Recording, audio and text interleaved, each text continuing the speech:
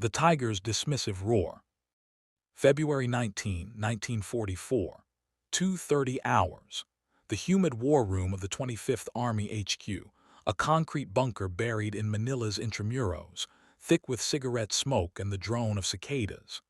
General Tom Yuki Yamashita, the Tiger of Malaya, leans over a wall-sized map of the Southwest Pacific, his monocle glinting under a single green-shaded lamp. Sweat beads on the necks of his staff officers. The air reeks of mildew, ink, and the faint sweetness of fear they dare not name. A radio man bursts in, clutching a flimsy intercept. MacArthur has landed unopposed on Los Negros Admiralty Islands, bypass complete. No contact with our garrisons. Laughter erupts, sharp, barking, almost theatrical.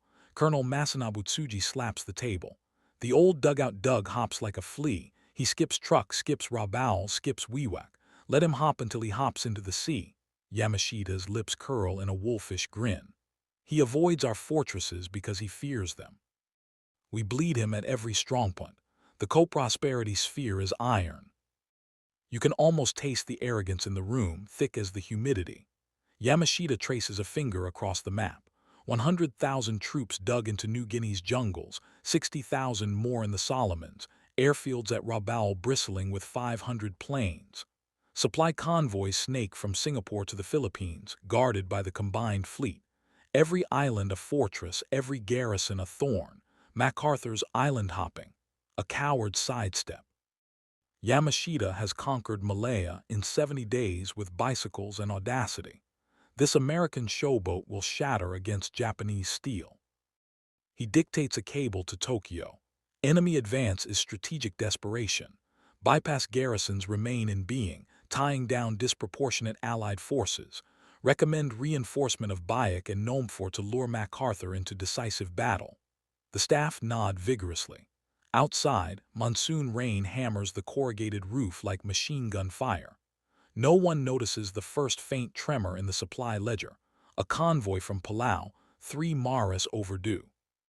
Sunk by American submarines, whose wolf packs now prowl the very sea lanes Yamashita calls impregnable. By dawn, MacArthur's communique crackles across the Pacific. Los Negros secured. Airfield operational in 48 hours. Next stop, Hollandia. Yamashita snorts, lights another cigarette.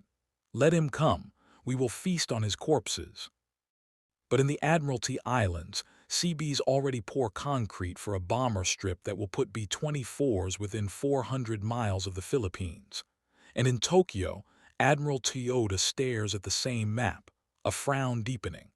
The noose is being knotted, one bypassed island at a time. What happens when the tiger realizes the prey has slipped the cage and is now behind him, cutting the leash to his food? The noose snugs. April 22, 1944, 600 hours. Aboard the heavy cruiser Yaba, flagship of the 6th Cruiser Division, anchored in Hollandia's Humboldt Bay under a bruised monsoon sky. Vice Admiral Seiichi Ito stands on the bridge wing, binoculars pressed to his face, watching the horizon ignite with star shells. American cruisers and destroyers, silhouettes against the dawn, unleash a 30-minute bombardment that turns Japanese coastal batteries into scrap.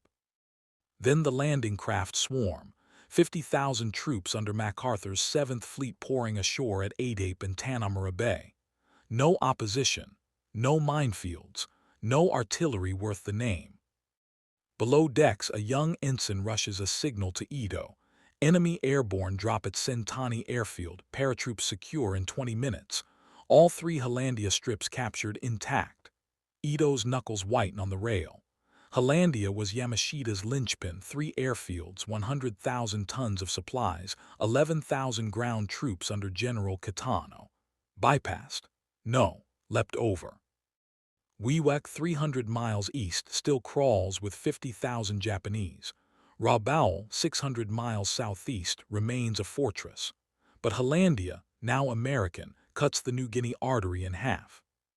In Manila, Yamashita receives the news by radio at 900. The laughter is gone. He slams a fist on the map table so hard the monocle pops from his eye. How many ships did he lose? He demands. The answer, none. Not a single transport sunk. Nimitz's carriers screened the leap. Halsey's fast battleships pulverized the coast. Japanese air cover, zero. The Fourth Air Army, once 300 planes strong, is down to 50 flyable Zeros, starved of fuel and spares by submarine interdiction. You can feel the heat of panic now, rising like steam from the jungle floor. Yamashita paces, boots echoing on concrete. His staff watch in silence as he redraws lines in red grease pencil. Supply routes from the Philippines to New Guinea now stretch 1,200 miles across waters prowled by American submarines. Every convoy is a gamble, every gallon of avgas a prayer. He cables Tokyo. Hollandia loss catastrophic. Enemy air now dominates Vogelkup. Request immediate reinforcement of Bayek and Morotai. The reply from Imperial General HQ is a single word: impossible. That night MacArthur steps ashore at Hollandia, white cap gleaming, corncob pipe clenched. He plants a theatrical boot on a shattered Japanese bunker and declares to the newsreel cameras, "We have seized the initiative. The road to Manila is open." Behind him, Seabees already grade runways. Within 72 hours, P-38s will be landing. The noose is no longer figurative. It's a steel cable, humming with American engines. And in the bypassed hell of Wewak, Lieutenant General Hatazo Adachi stares at his dwindling rice sacks. 90 days left, maybe less. His men begin to boil grass and leather for soup. How long before the tiger's roar becomes a starving snarl? The starving garrisons. June 1, 1944. 400 hours. The blacked-out wardroom of the Imperial Japanese Navy's 2nd Southern Expeditionary Fleet HQ, a former Dutch schoolhouse in Manokwari, Western New Guinea. Rear Admiral Nayamasa Sakanju stares at a ledger under a flickering kerosene lamp. Fuel oil, 200 tons remaining. Aviation gasoline, 180 drums. Rice, enough for 42 days at half rations. The room smells of rot, sweat, and the sickly sweet stench of berry swelling the legs of his staff. A destroyer captain, freshly arrived from a failed convoy run, reports in a cracked whisper, "Escort group annihilated off Halmahera. 3 Maras torpedoed by USS Darter and Dace. No survivors." Sakanju's pen snaps in his hand. The convoy was the last scheduled resupply for Bayek. 15,000 troops under Colonel Cusum, now ordered to fight to the death. MacArthur's next hop. On Bayek itself, dawn reveals hell. American Sherman tanks grind up the coral roads while Marine raiders scale the cliffs of the Ibdi Pocket. Japanese defenders, once elite, now skeletons in tattered uniforms, charge with bayonets and bamboo spears. Cusum broadcasts a final message: "We will resist until the last man. The Emperor's warriors do not surrender." Then the radio falls silent. By June 22, Bayek is American. Another airfield, another 400-mile leap. In Manila, Yamashita's nightly briefings have become funerals. The map is a butcher's chart. Red arrows slicing past Rabaul, still 100,000 men. Now irrelevant, past Wewak, Adachi's army reduced to eating monitor lizards. Past Truk bypassed, bombarded, starved. Each leap costs MacArthur a fraction of what a frontal assault would have. 5,000 casualties total versus the 100,000 Japan would have demanded. Yamashita's own 14th Area Army in the Philippines, 250,000 strong, now faces the reality: no reinforcements, no air cover, no fuel. The oil pipeline from Borneo is severed. American submarines sink tankers at will. You can hear the empire's arteries collapsing. In Tokyo, Prime Minister Tojo convenes the Supreme War Council. A staff officer presents the numbers: 1.2 million tons of shipping lost since January. Rice imports to Japan down 60%. The co-prosperity sphere is a corpse, and MacArthur's hopscotch is the scalpel. Yamashita cables a desperate plea: request permission to evacuate key garrisons to Philippines for final defense. The reply from Imperial General HQ is brutal: every island is sacred soil. Fight where you stand. Banzai. That night, Yamashita stands alone on the Malacañang Palace balcony, Manila's moonlight silver on the Pasig River. He lights a cigarette with shaking fingers. For the first time, he whispers the unthinkable. We have already lost. But MacArthur's next hop is already in motion. Morotai, September 15. The noose is now a garrote. What happens when the tiger is caged in his own fortress, and the gate slams shut behind him? The cage slams shut. September 15, 1944. 6:30 hours. Morotai Island, Halmahera Group. The jungle steams under a blood-red sunrise as the first wave of MacArthur's XI Corps, 84,000 men, 200 ships, hits Red Beach unopposed. Japanese defenders, 500 service troops, no artillery, no aircraft. The island falls in 48 hours. P-47 Thunderbolts land on a newly graded strip by September 18. From Morotai, B-24s can now strike the Philippines in 90 minutes, Balikpapan oil refineries in 2 hours. The southern door to the empire is kicked open. In Manila, Yamashita's war room is a tomb.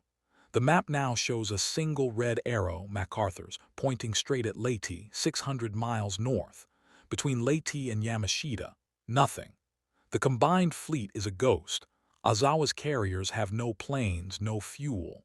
Submarines report American task forces massing at Manus and Hollandia, hundreds of ships. Yamashita's chief of staff, Lieutenant General Akira Muto, lays the final ledger on the table.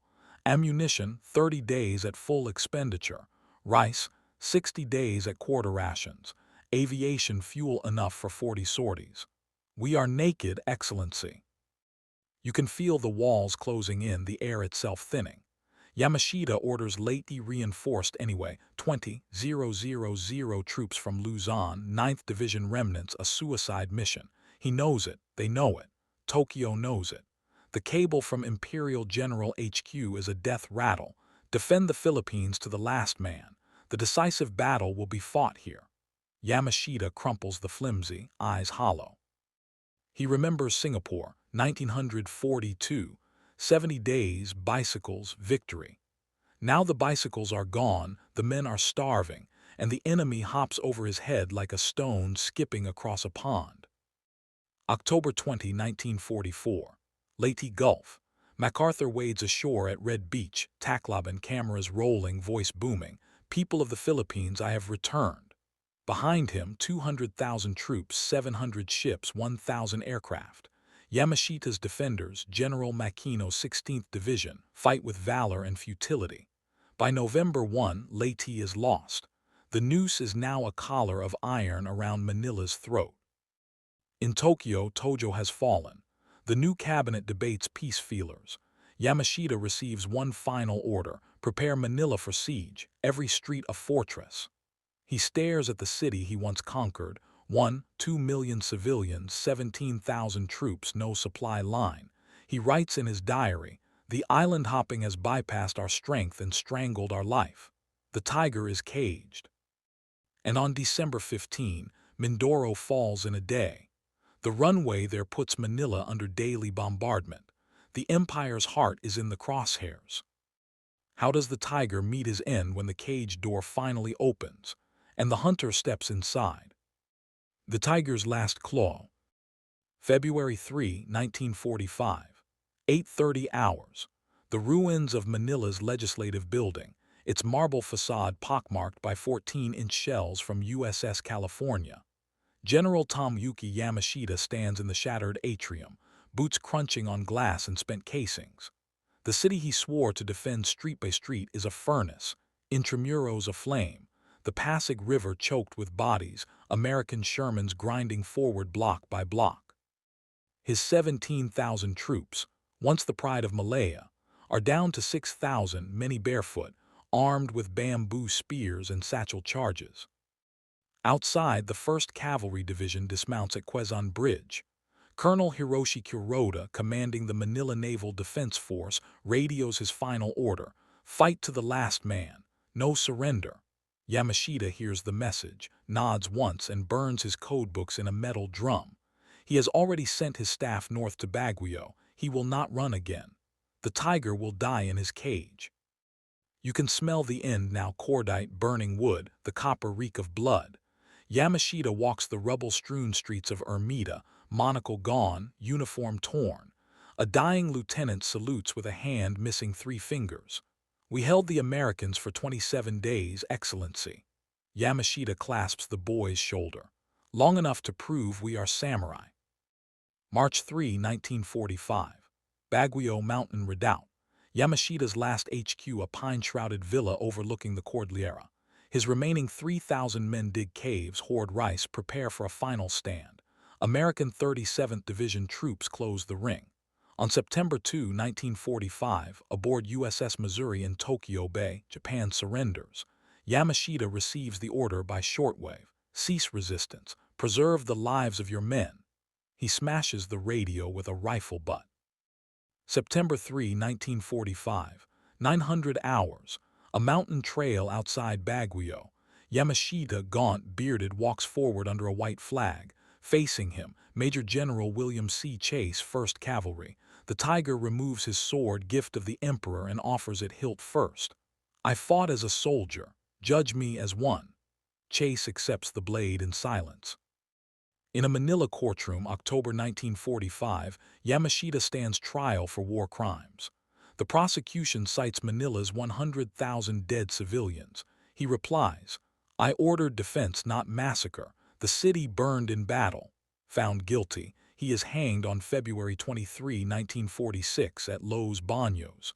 His last words, "I die without hatred." MacArthur's island hopping, 42 leaps, 14 major campaigns, 2,500 miles, cost 13,000 American lives and strangled an empire that once stretched 6,000 miles. The tiger laughed at the strategy. The noose laughed last.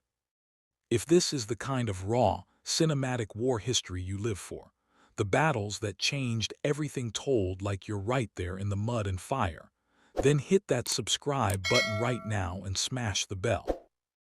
New untold stories drop every week. You won't want to miss what's coming next.